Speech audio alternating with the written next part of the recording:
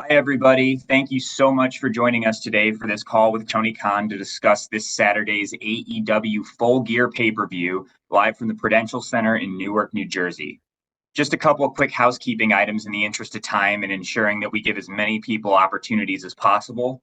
We kindly ask that you refrain from asking any two-parted questions, and also please try to keep your questions focused on this weekend's pay-per-view.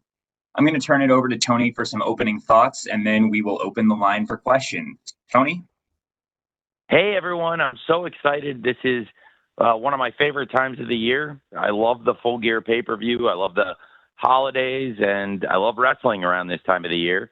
And I'm really excited to talk to all of you. There's a lot of great stuff happening in AEW, and excited to talk to you all about it. We're on the verge of the most exciting event and the most exciting development in AEW's history, which is our upcoming media rights deal, and now AEW being a streaming property for our shows and the simulcast that's coming.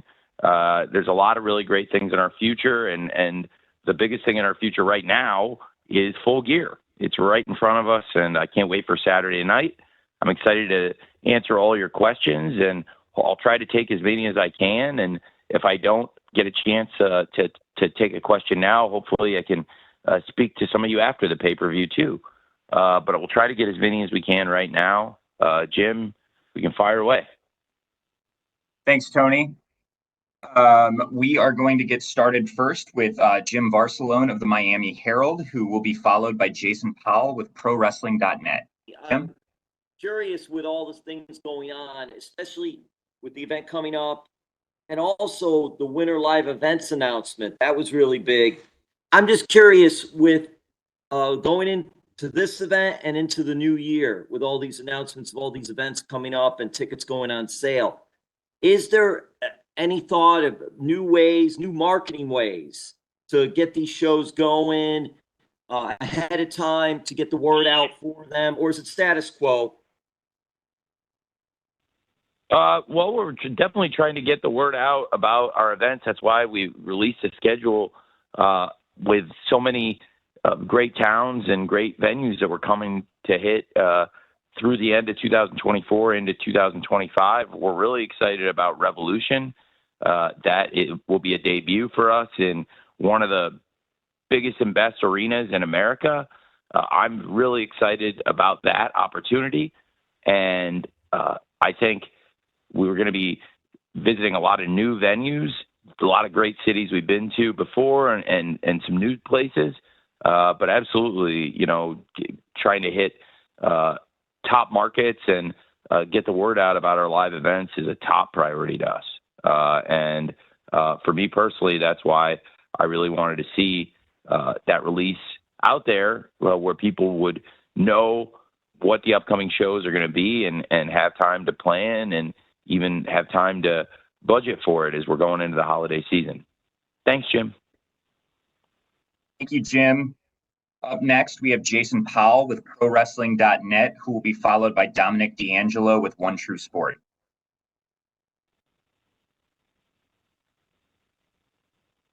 Tony, can you hear me?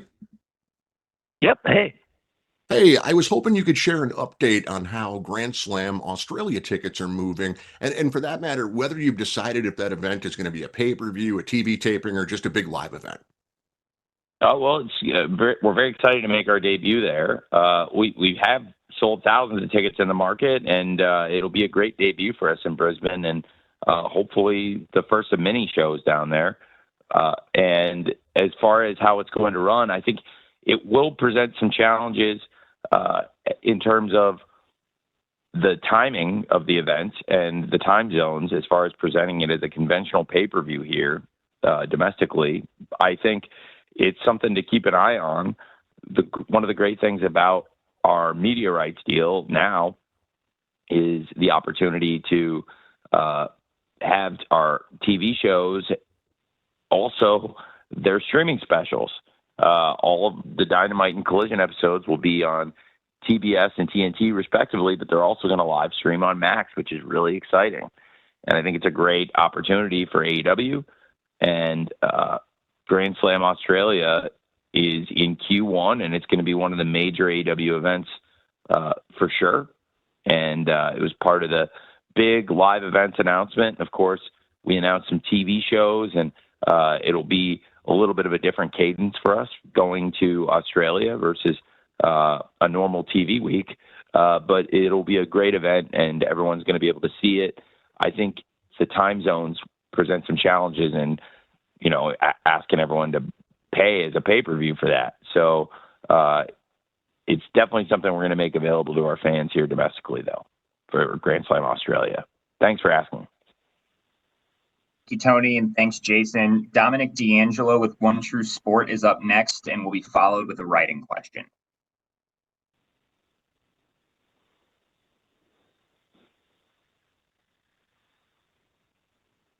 Hey. Hey, can you hear me okay, Tony? Now I do. Hey, man. Hey, good. Good to talk to you, Tony.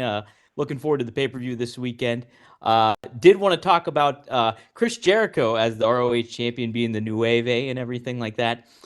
Is putting the title on him, does that speak to some bigger plans in place for what you have for the Ring of Honor brand moving forward in 2025 and in the years to come as well?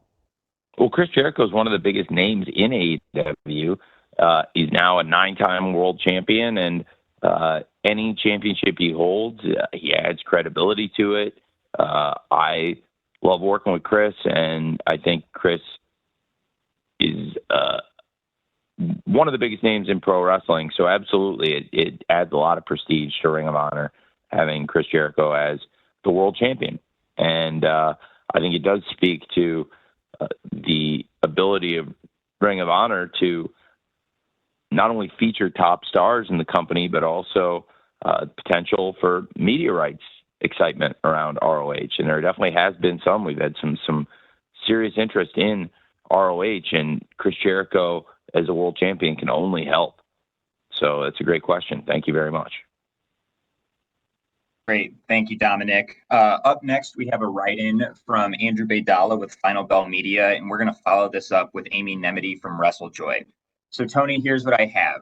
I wanted to ask about the involvement of the Costco guys in the Full Gear pay-per-view. How has that experience been for you and the team?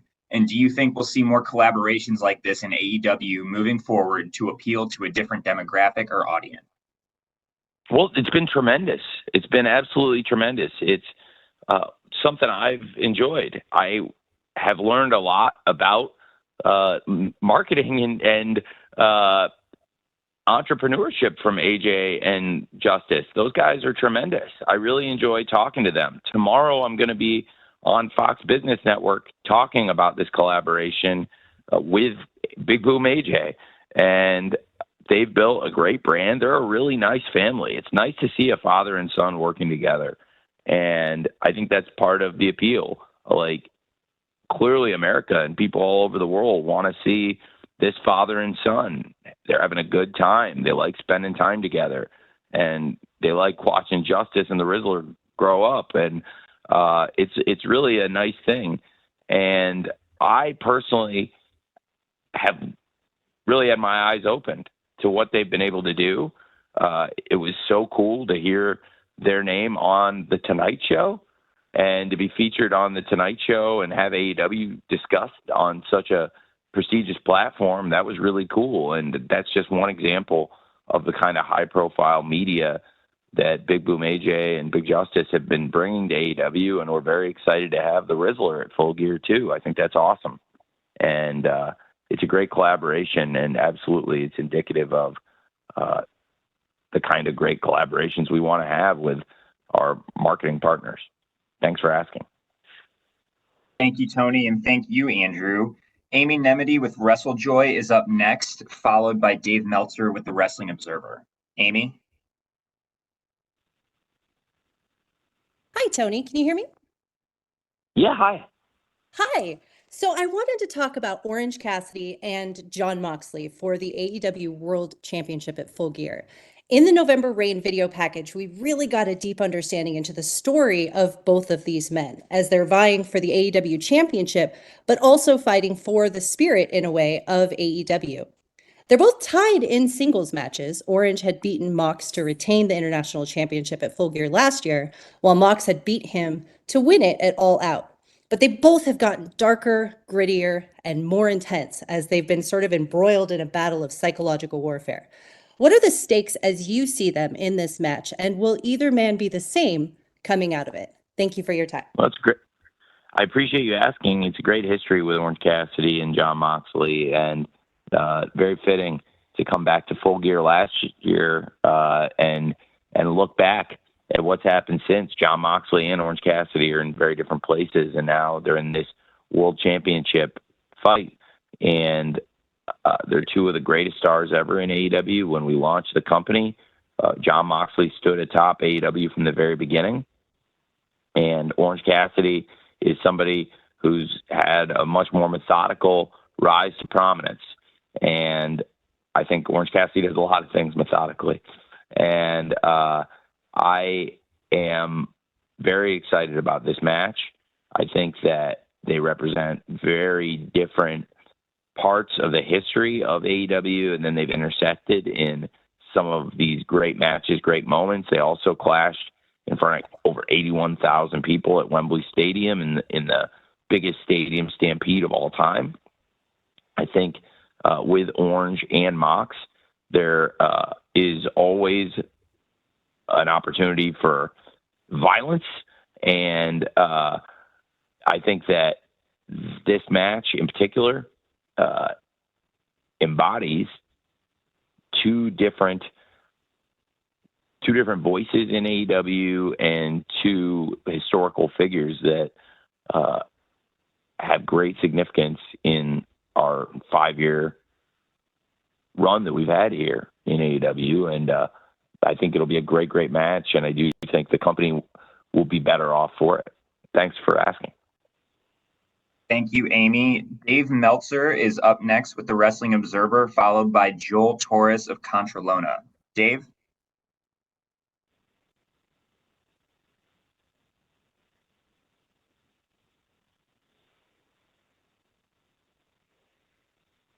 Dave, go ahead.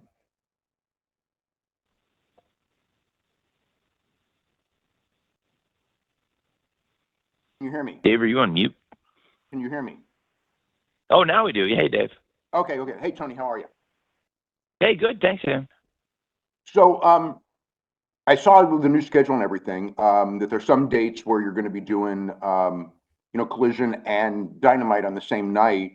And on those weeks, I mean, do you have are there alternative plans for Ring of Honor? And also, I guess the bigger question is you sort of answered this as far as Ring of Honor, but as far as domestic and international television media rights deals, do you have any do you have any things that you could kind of let us know as far as how international looks going forward for next year, and as far as domestic, how close you might be on whether it's Ring of Honor or another AEW show coming up, going forward for 2025?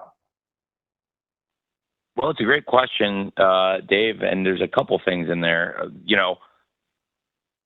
There's very few. It's a low percentage, and it's not supposed to be a common thing at all, and it's not going to be a regular occurrence. Rarely are we taping the shows on the same night.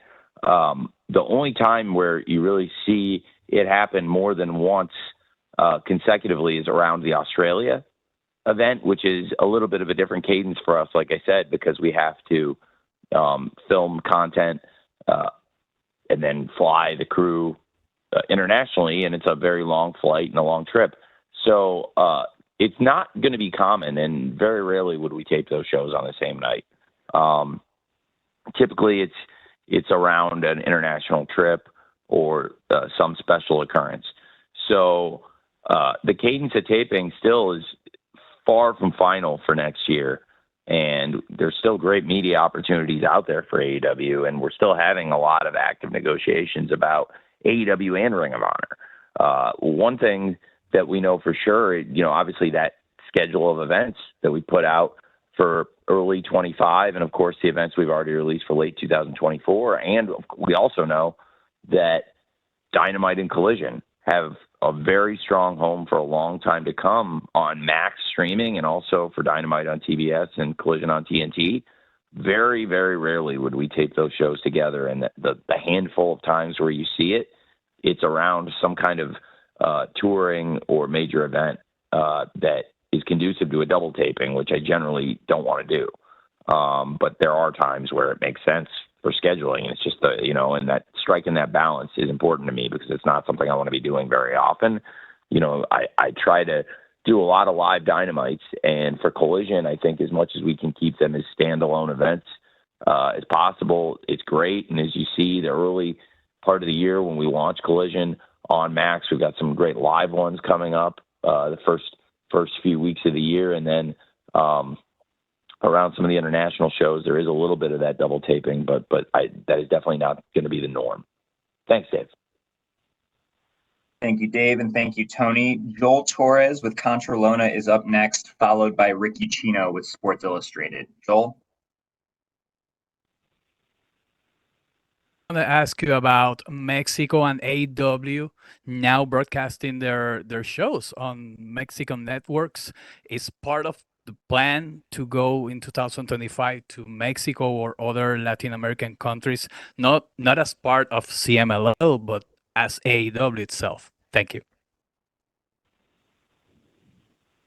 Well, it's going to be a great opportunity for us. So just to make sure I have, would you mind asking again, just to make sure I have the whole question? I don't want to miss anything. It's good. It's okay. Now AEW Dynamite Collision is part of, I think it's for Fox Network in Spanish in Mexico, right? Yes, yes, it is. Yes, exactly. So I want to know if it's part of your plan to invade now Mexico and other Latin American countries, not as part of CMLL shows, but as AEW itself. Well, it's a great question. I've addressed this a bit, but just to reiterate, I would love to bring AEW to Mexico. I'm very excited about the partnerships that we have in Mexico. We have a great media partner with AEW and Fox Sports Mexico now. That's a new deal that we're very excited about. Also, we have great relationships on the ground with CMLL, the oldest professional wrestling promotion on the planet. They are doing amazing work. I really respect what they do, and I think we have a great collaboration. And the stars from AEW have been very well received in Mexico. When you watch a CMLL shows, and we've seen stars like Jon Moxley, Chris Jericho, Bryan Danielson, Mercedes Moné, Claudio Castagnoli, and many others go to these events, and they're getting huge, huge star reactions. It's amazing. And it's also great for us to have great stars from CMLL come to AEW. I would like to bring AEW to Mexico. If I could pick any venue to run in Mexico, I would love to bring AEW to Arena Mexico and to do AEW at Arena Mexico with the blessing of CMLL. And I do believe that it is possible. We've had great conversations. I would only want to do this with the full support of CMLL. And I think with the great relationship we have, I do believe it's possible. And it's something I would really, really like to do, to bring AEW to Mexico for live events now that we've got a great media partner in Fox Sports Mexico. Thanks for asking. Thanks, Tony, and thanks, Joel. Ricky Chino with Sports Illustrated, you are up next, followed by Arunava Ghoshal with Sports Kita. Rick?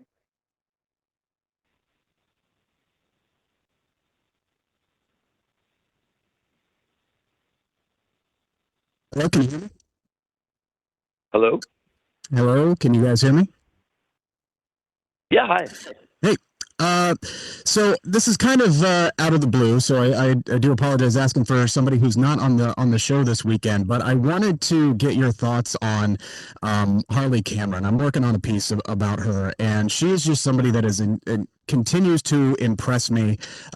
Anytime I get to watch her on Collision or Rampage or any of these shows that she gets booked on, she just does not, come off as somebody who has less than 50 matches under her belt. The match she had with Mina Shirakawa on Saturday was really impressive to me. I just wanted to get your thoughts on her overall development so quickly in her career, and how close you think she is to becoming a breakout performer in a really stacked women's division. Well, Harley Cameron is fantastic. I think Harley Cameron brings great energy to any show she's on. She is being utilized in a variety of different roles in AEW. And anytime we can utilize Harley Cameron, I'm excited about it. I think she's so fantastic in terms of her energy. I think her delivery in her promos is fantastic. She is a great athlete, and she is really developing as a wrestler. And I think Harley Cameron is a prime example to me of a rising talent in AEW, somebody that's building great momentum and has a great connection with our fans. So Harley Cameron is somebody that is really earning their spot on any AEW show that they're on, and I think she's doing a great job. Thanks for asking. Thanks, Tony, and thank you, Rick. Arunava Ghoshal with Sportskeeda is up next, and he'll be followed by John Alba with Wealth of Geeks. Arunava?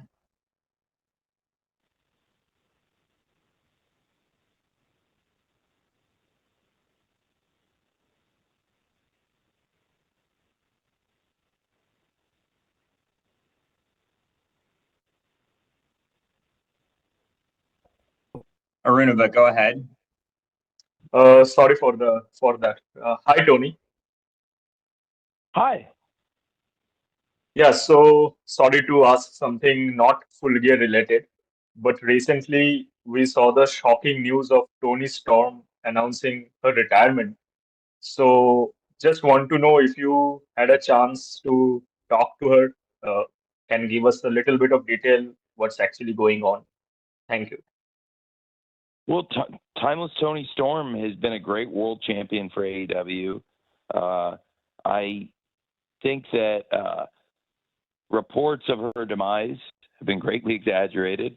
I still expect Tony Storm will have a great wrestling career, but she's really struggling clearly with what's happened. She lost the world title.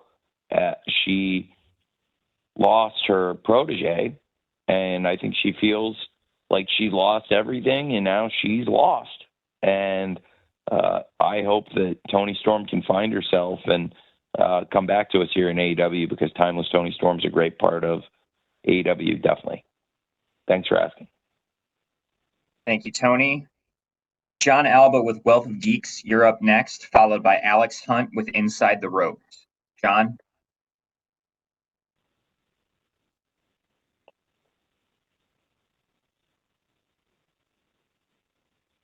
John's breaking down Nick's footage.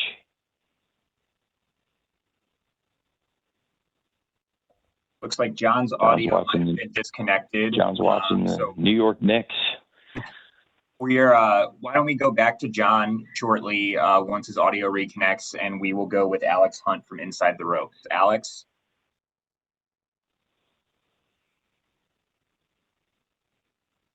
Hello? Can you hear me? Hi. Yes. Hi there. Sorry. So 2024 Full Gear is going to mark 1 year since Kenny Omega competed on pay-per-view. He's been recently kind of announcing that he's going to be fighting Gabe Kidd in the upcoming Wrestle Dynasty show. Can you give us any more information as to when we might see Kenny Omega back in an AEW ring? So I think that is an excellent question. I would love to have Kenny Omega back in AEW as soon as possible. He's one of our greatest wrestlers ever. We work really closely with New Japan Pro Wrestling. We'll be collaborating with them on the Wrestle Dynasty event to make it a huge show. And very excited to get Kenny Omega back, hopefully very soon in AEW. It's something that will help us a lot. It means a lot to us. Absolutely, if we can get Kenny Omega going as soon as possible, I think it would be a great thing for us. And, I'm just excited that his health is better, and he sounds a lot better, and looks so much better. And it will be a great thing for AEW to get Kenny Omega back here very soon. Thanks for asking. Thanks, Tony. We're going to try John Alba one more time here. John, are you ready to go? Tony, can you hear me? Yeah, John, you Okay. were busy breaking down the Knicks over there. Yeah. I was going to ask you about your collaboration with Karl Anthony Towns, but I think that might have to wait till next time. But appreciate you making the time. Excited to head over to Full Gear this weekend. Prudential Center, a venue you've run a lot in the past to a lot of success, one of the larger venues you typically run too. So in regards to the new arenas that you announced that you're going to be running into next year, a lot of them noticeably are going to require a configuration change, more intimate environments. Was there any strategy into how some of those maybe smaller, more intimate venues could play into the presentation of the television product? Well, I'll give you an example. I think if you look back at history, I think looking back several years, even to our first year of television, one of the best venues we run is Cedar Park, Texas, around Austin. I love that venue. Every time we go there, the energy is great. The shows are great. It's a great venue for TV. And then you mentioned the Prudential Center. What a great pay-per-view venue for us it's been. We've had some great TV shows there as well, but a lot of great events, including Full Gear a few years ago, and now going back for Full Gear 2 years later this weekend. The Prudential Center is an amazing venue for us. I'm excited to run Crypto.com Arena in LA, formerly the Staples Center. And I think some of these great TV venues that we're going to be going to, some of them returns and a lot of new venues. I think it's trying to capture that energy of some of our best television shows that have been in some really intense, exciting, packed venues like that Cedar Park, Texas venue just outside Austin, Texas. I love that building. We're going to be running that building again early next year in 2025. And I was looking for more venues like that. And I think that we've got some great venues of that size. I hope they all have the same great energy those fans around Austin bring, because every time we go there, I just love that place. And I think you'll see some more venues of that size and scope, and hopefully the same kind of energy. And if we get all the TV shows with that energy 52 weeks a year, then we'll be in really, really great shape. So that's some of the idea between looking to TV venues of that mold, and then also running some of the biggest and best arenas throughout the country for our big pay-per-view shows too. And thanks for asking, John. Thank you so much, John. Up next, we have Bill Pritchard with WrestleZone, and he will be followed by Ella J, a wrestling gal. Hey, Tony, how you doing? Hey, very well. Thanks for asking. So I wanted to ask about the winter schedule that just came out the other day. Fight for the Fallen in Asheville was listed as the first show streaming on Max. I just wanted to see if you could walk us through like how you arrived at that being the first show to stream on Max, considering all the challenges that people are facing in Asheville. Was it always going to be the first week of January, or did you have any obstacles to sort of get around to make this happen? Well, the goal is to do everything we can to bring AEW and the support that Fight for the Fallen will offer to the people in Asheville. And the hurricane damage and the aftermath, it's tragic and terrible. And I just wanted to do something to try to help out, and also to put a spotlight on what these people are dealing with and what a terrible, terrible situation this is. And Fight for the Fallen is a great wrestling show year in, year out. And we've also helped a lot of people throughout the years with this event. And I'm hopeful that we can do something good here again. Nothing can ever turn back the clock and undo all the damage that the hurricane's done around Asheville and the East Coast. But I do think it's the right thing to do, to come in and try to help, and also to make Fight for the Fallen one of our signature AEW wrestling events, the first ever AEW Dynamite on Max. I think from the very beginning, we're showing that this streaming era, we're going to put our very best foot forward, and that best foot forward is Fight for the Fallen. I take it really seriously.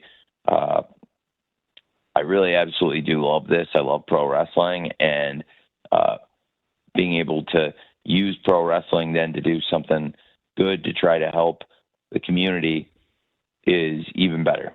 And that's the idea here. It's going to be a big week for AEW and for Warner Brothers Discovery, with the simulcast launch of AEW Dynamite on Max and TBS, and then later that week with AEW Collision launching on Max and TNT, and making this week Fight for the Fallen is a huge part of our plans. Thank you, Tony, and thank you, Bill. Ella J, a wrestling gal, is up next, followed by Mike Johnson with PWI. Ella?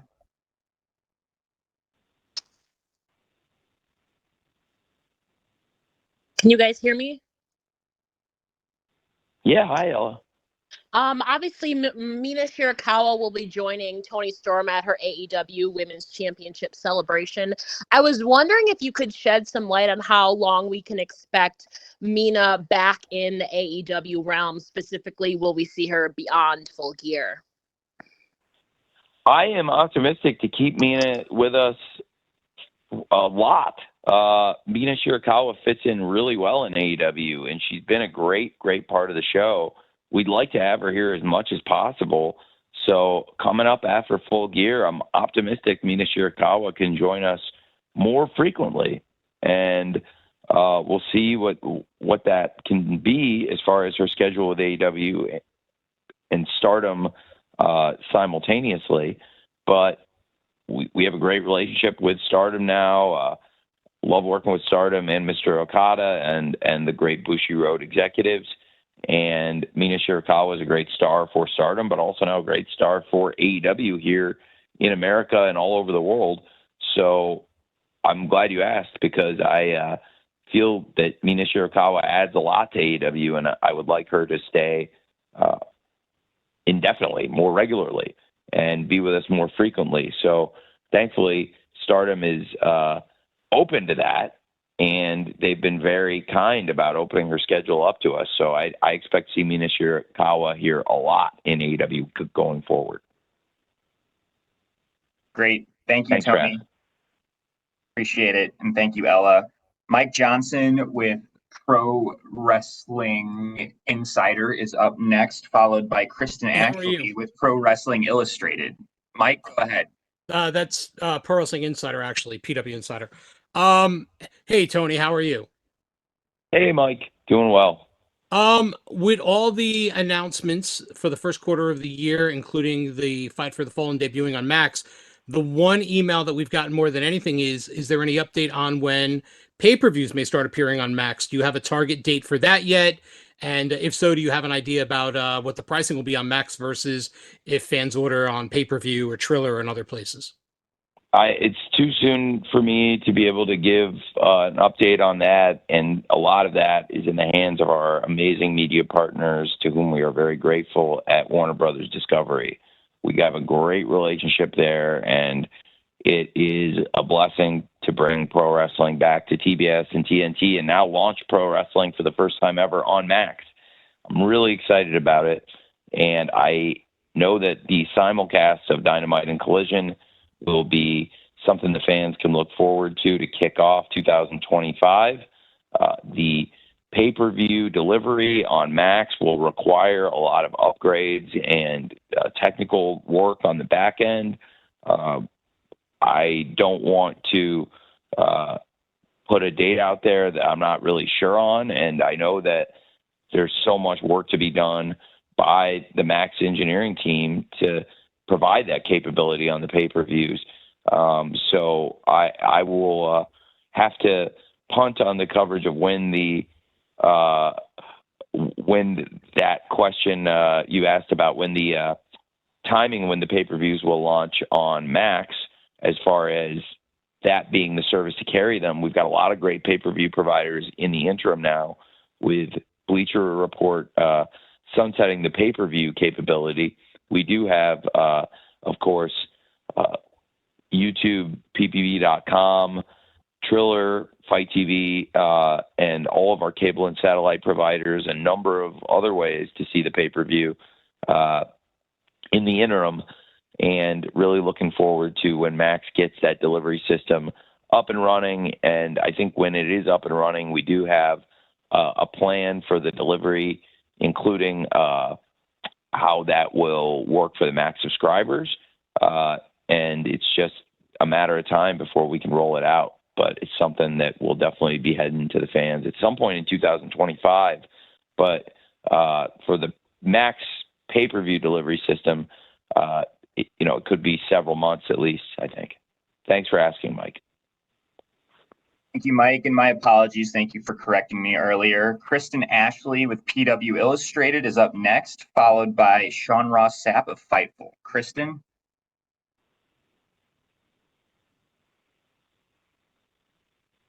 Hi, Tony. Hey. Hi. Okay. So AEW has done really well with giving opportunities and molding talent from the indies. You can clearly see that on every single one of your pay-per-views. How does AEW plan to foster talent development in the future in the wake of the WWE ID program? Well, it's a great question. I think that we still are looking at top young wrestlers every week, international wrestlers and domestically. It will be interesting to see the first time we have a talent that is under one of those that we bring in. I think I'm not completely sure how those deals are going to work. I've heard some stuff about there being matching rights with the people that have signed them, which would be an interesting thing. I have some thoughts on it, but I will reserve my judgment until I actually test such a mechanism. So I only know what I've read about them, but it's interesting. And I think for us, we have a great roster right now of wrestlers spanning all ages, from very, very young wrestlers to decades of experience. And identifying young talent is really important to us. So it's something to continue looking at. We bring a lot of top young wrestlers into AEW and Ring of Honor. And so far, it has not been a major conflict with any of those talents being signed elsewhere and it impeding their ability to work with us. But it'll be interesting to see how that goes in the coming future. Obviously, that's a recent development. Thanks for asking. Thank you, Tony, and thanks, Kristen. Sean Ross Sapp with Fightful is next, followed by Rich Fan with Pro Wrestling Torch. Sean? We saw at least what appears to be an adjustment in the live event strategy, and announcing a number of shows, at least through March, well ahead of time, as well as some venues that are different. For example, Broadbent Arena instead of the Yum Center, a new venue in Phoenix. I know you all are going to Clarksville and Knoxville for the first time, the new arena in Oceanside.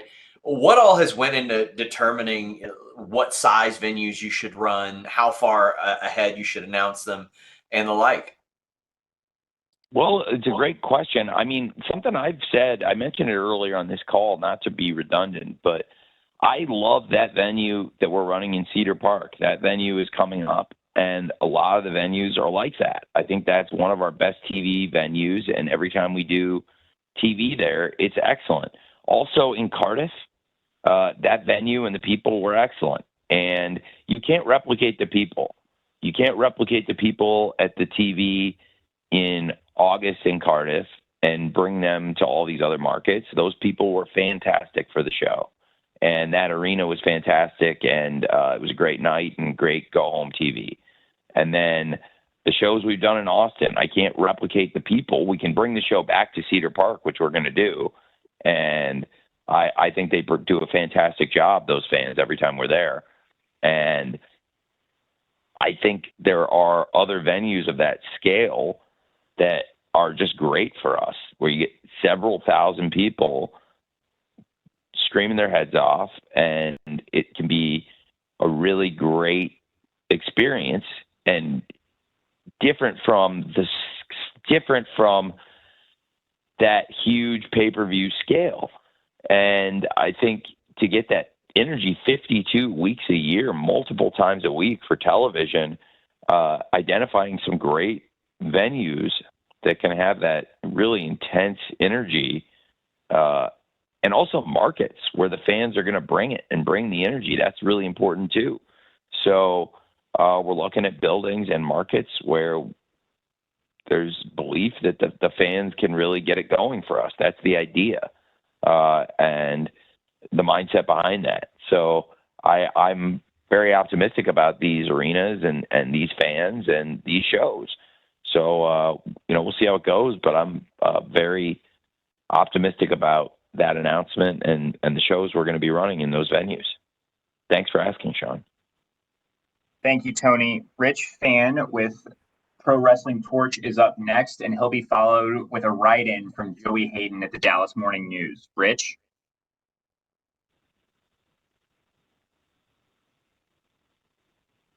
A few years ago, actually 5 to be exact, I asked you in a face-to-face question about the chance to have single stars that were black in the main event scene. And fast forward 5 years, have a diverse array of talent there in your company.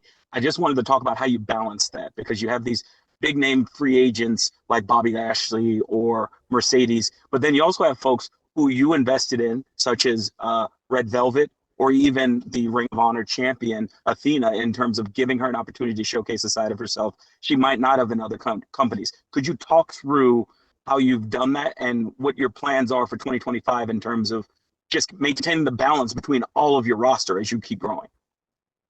Well, I appreciate you asking. We have a great roster of wrestlers here, and as you said, some of them have arrived to us via free agency, and then there's some that joined us working their way up the card. And I think Athena really is more of an example, to be honest, of somebody that was a big free agent and has also unlocked part of her personality in a different way. And I think that's awesome as well. That's a little different from somebody, to compare the Ring of Honor World Champion Athena. Look at the Ring of Honor Women's World Television Champion, with Red Velvet, who has been with us for several years and really worked her way up the card. And both Athena and Red Velvet have worked their way up the card here, don't get me wrong, but Athena came in as a free agent with more experience, and Red Velvet has been with us for several years and worked her way into this championship position. I think they're both excellent, and I think something to think about is there's so many different ways to arrive in a prominent position. Everybody wants to be, for the most part in wrestling, in a position of prominence. And there are a lot of ways to get there. I think right now the roster is in a very strong position overall. And we'll continue trying to bring in the best big name free agents, but also, as you said, we have a really diverse array of great stars, and we've been able to bring in top free agents to strengthen the company. I think that's really great for us, and it's something I'm always trying to strike a balance of who the top stars in the company are. It's a mix of the homegrown stars and the free agents. It applies to that diverse group that you mentioned, and it applies to, I think, throughout AEW. It's a mix of big name free agents that came to AEW and people that have risen through the ranks here over the years. And I think that really the thing that generally bonds people together here, the common tying thread, is these are people that love wrestling. And it's what is true of so many people in AEW from the beginning, is this is a group of people that really, really love wrestling and want to be here. And I do think however somebody arrived in that top spot, however somebody works their way into a position of prominence, it does matter. It does matter the path they took to get there, because we acknowledge history, we see the history, we want to respect the history of wrestlers and their story and the journey they took to get to where they are. But I also think we've been making a real effort to have a balance of our own homegrown stars and bringing in top free agents. Thanks for asking. Thank you, Tony. We have a write-in here from Joey Hayden at the Dallas Morning News, and that will be followed by Brandon Thurston with WrestleNomics. So Joey writes, what were your impressions overall of last night's Y'all In kickoff party in Arlington in terms of things like fan turnout, utilizing Texas Live as a facility, etc.?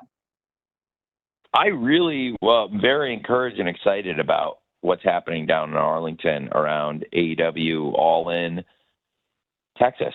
It's been great support from the local market, and we've had a great experience down there with the fans in Arlington and the government. They are so supportive of this event, and I think the AEW Live Events team has done a great job. Everyone had a great time at the party, and that Texas Live is really a cool thing. You know, AEW, a lot of us got to spend a lot of time in Arlington and around that area because we were doing shows there every week, and it got me really pumped about All In. I'm so excited for the event, and I just really I can't stress enough, I'm so grateful to the fans there around Arlington, Texas, and fans from all over Texas. They always are so loud and so passionate about AEW. And anytime we've ever gone there, we've had a great experience. The residency at the Esports Stadium in Arlington was fantastic. And to be able to go back to that town and put on our biggest domestic event of all time, I feel very good about it. Those people are great wrestling fans, and I think we're going to have great success. And there's going to be people that are going to want to come from all over America, and I think all over the world, to be a part of this event. Thanks for asking. Thank you, Tony. We have Brandon Thurston with WrestleNomics up next, and then we're going to close with Brian Zillum of PW Torch. Brandon, you're up. I was wondering if you could give us any update on the future of Rampage. As we know, Dynamite and Collision are being renewed as part of the new deal, but it's unclear if Rampage is going to continue to be a weekly TV show in 2025. Well, thanks for asking. I'm still working on our media rights. We got a great deal done with Warner Brothers Discovery. It's a massive increase in our revenue, making several times more and producing the 4 hours of television that you referenced, with Dynamite every Wednesday on TBS, also now streaming on Max, and Collision every week on TNT, also streaming on Max. For Rampage, it's been something I really enjoy doing since 2021. In the deal we got, where it's focused on these 4 hours of television, it's not currently in the package of our Warner Brothers Discovery media rights deal. I think going forward, there's a lot of opportunities for AEW, and we've talked about trying to grow the brand internationally and domestically. And as far as Rampage goes, that show or potentially other AEW content, there are a lot of places it could live. All of our focus in 2024 on the business side had to be on our media rights renewal with Warner Brothers Discovery. They've been our partner from day one, and the most important thing that we could do was extend that huge relationship for us. And I've spent a lot of time working with Mr. David Zaslav and Bruce Campbell and the great team at Warner Brothers Discovery throughout this year, working to keep AEW at TBS and TNT. It's important to us, and it's important to Mr. Zaslav, who told me so. And it means a lot to be wanted and to be valued as part of the family.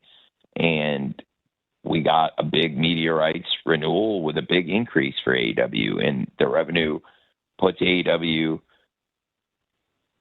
in a great position, and it also allows us to add new value. I think we've done really well for TBS and TNT for viewership for several years, and we continue to be a top show with Dynamite on TBS and Collision on TNT. And going forward, we can add even more value now as a streaming property on Max. Rampage is a show I love, and I've loved doing the past 3 years. As far as where it lives or what AEW shows outside of Dynamite and Collision will be running next year, I think that's still something that remains to be revealed. And we're still working on things, but the biggest things for us are the things we've accomplished with announcing the Dynamite and Collision and the plans for streaming on Max. And I think everyone should stay tuned as to the future of Rampage or other AEW program. Thanks for asking, Brandon. Thank you, Tony. We are going to close with Brian Zillum of PW Torch. Brian.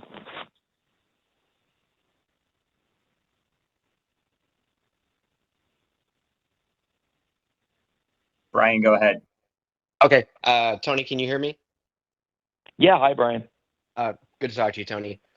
Tony, I know it's still early. I don't know if you have any available numbers to share, but the all-in VIP packages came on sale officially as today. Do you have any available numbers to share as far as sales so far? And do you have an idea of the amount of tickets that are going to be available as far as the setup for all-in going into next year? Thank you. Well, I don't have all the numbers right now. I think it's going to be a great event for us. We're really excited about this on sale. I expect it will be a huge success, AEW All in Texas. And, I think it's in line to do numbers that would compete with the very best events that have been there. Some of the biggest games and concerts and events that have been held there at Globe Life. I am very optimistic about it. I don't have all the numbers in front of me right now, Brian, but certainly we expect it'll be one of our biggest shows of all time and one of the biggest events ever at that stadium. Thank you, Brian. Tony, any closing thoughts here before we wrap? Thanks, man. Yes, I really appreciate all of you joining us. This is a very exciting time. AEW Full Gear is one of my favorite events. I know when I walk into the Prudential Center, I'm going to have that big fight feel. I walk in there and you're like, wow, this is Full Gear. This is a big deal. I remember walking into the Target Center in 2021, walking into the Prudential Center 2022, and going into the Forum last year, and every time it's like, man, this is a big show. This is a big deal. It feels like a major event, and it's also a time of the year, this holiday week coming up, it's very conducive to pro wrestling. hopefully you'll all enjoy Full Gear. I think it's going to be a great event. And if I was not able to answer any questions today, if you can join us on the weekend, we'll try to get your questions answered there, however possible. I really appreciate all of you covering us. I think from the very beginning of AEW, it would not have been possible for us to have this growth and success without great outlets and great people like you covering us from the very beginning and giving us the opportunity. So thank you for that. And thanks for joining us today. I hope you'll all be able to see Full Gear, and I really hope you all enjoy Full Gear as a wrestling show. And thank you for what you do covering wrestling. And I hope you all have a great rest of the day, and hopefully you all enjoy Full Gear on the weekend. Thanks for joining me for the media call today. Thank you, Tony, and thanks everybody. We're now at the end of our time, so we'll be distributing an audio recording to all attendees shortly. And again, we thank you for being a part of today's call. We're looking forward to you joining us for AEW Full Gear this Saturday. Have a great rest of your Thursday and have a great weekend.